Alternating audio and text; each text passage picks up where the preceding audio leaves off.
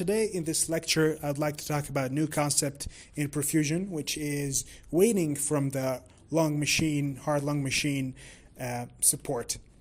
And what I mean by weaning, actually, which is slowly disconnecting the patient from the heart lung machine, when, of course, the heart and the lungs are ready to take over again their original functions.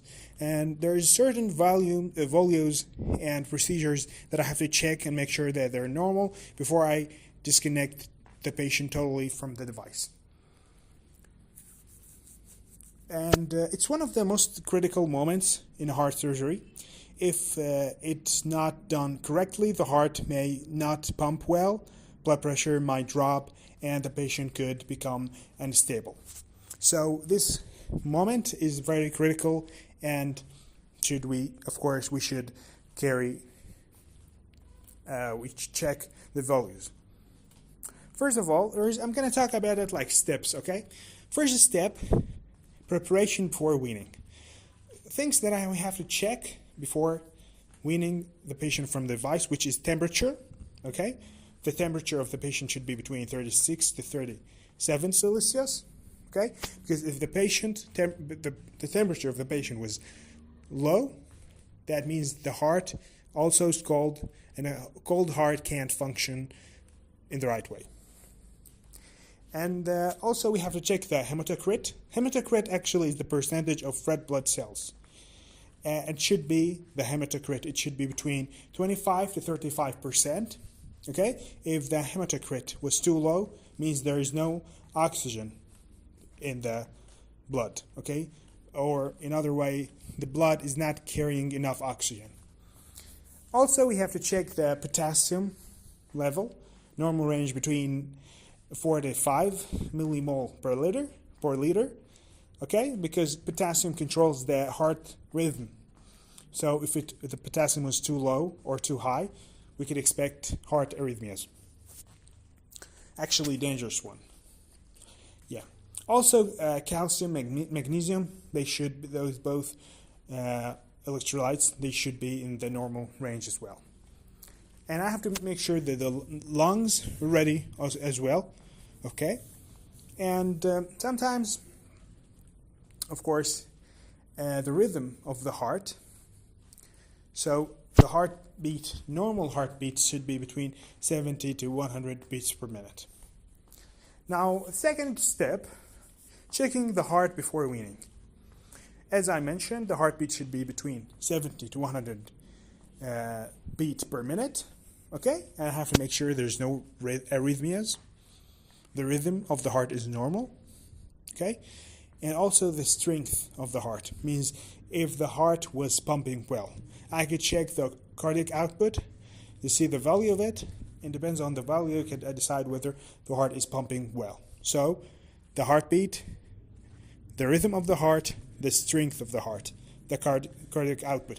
And we check the strength of the heart using actually ultrasound probe called TEE, okay, which shows how well the heart is squeezing. Now, step 3, let's go by the weaning process step by step. First of all, start gradually, reducing pump flow from the heart-lung machine. And by doing that, you're actually training the heart to restart again. Now, allow the patient's heart to do more work by reducing the flow. Okay? Now, of course, make sure that you measure the blood pressure, because it gives you, of course, a very important image about whether the heart is pumping well or not. Now, there's very important values that you have to check. First of all, blood pump flow. Okay, we have to reduce it slowly to around 2 to 2.4 liters per minute. Okay. Also, the reservoir volume, as we maybe well know, the reservoir in the bypass machine, keep the volume of it at least 400 to 500 milliliter, like about half a liter. in the venous reservoir, actually that ensures you have a backup volume if needed. Maybe the pressure is too low. You have to add more volume. Okay? Also, we have to check the venous oxygenator oxygen saturation, SvO2, should be above 60%. Okay? That actually shows tissues are getting enough oxygen. Mixed, okay, so it's mixed. Venous oxygen saturation should be above 60%. Now, step 4, check blood pressure.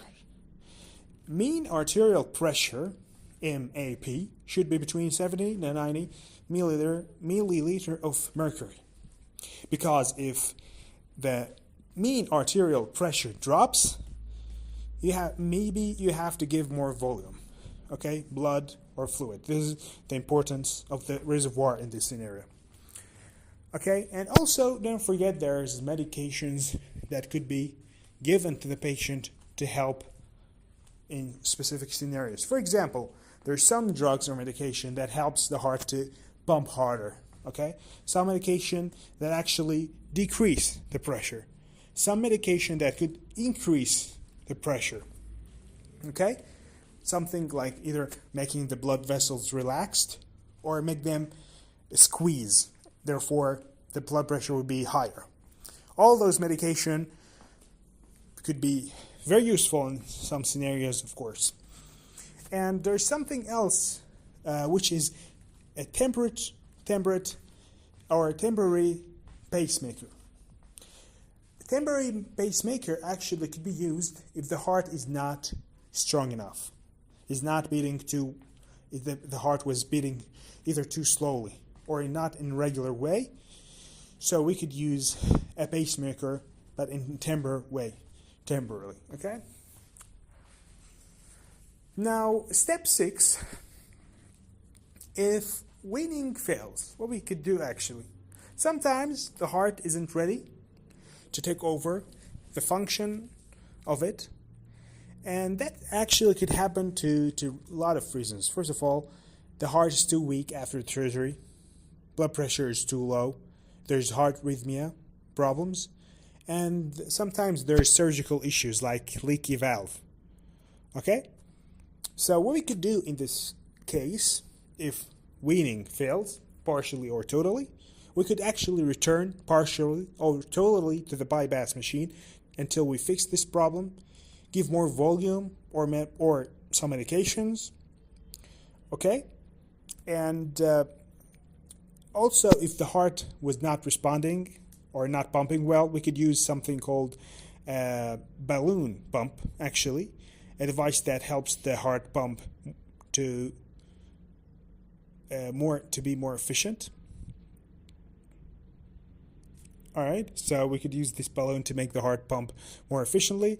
Or there's something called an ECMO, extracorporeal membrane oxygenation, which is a machine that supports both the heart and the lung function if needed.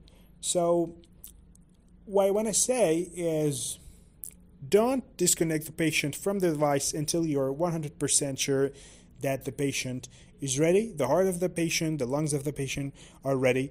The values we talked about are correct when within the normal range, blood pressure, potassium, pH, all things that we mentioned, they should be in the normal range, the lab values.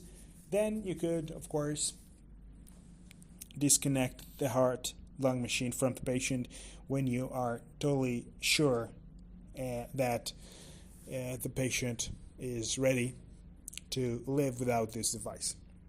So that is actually, in simple terms, what is the meaning of weaning from the bypass circuit. I hope it was clear. Maybe in other videos we're going to complete talking about more chapters. And by the way, the book that I'm using, or the source of this information, is a book called Bypass, or Cardiovascular Bypass, from Cambridge University, 2nd edition. So if you want to make sure to check to add information, thank you so much and goodbye.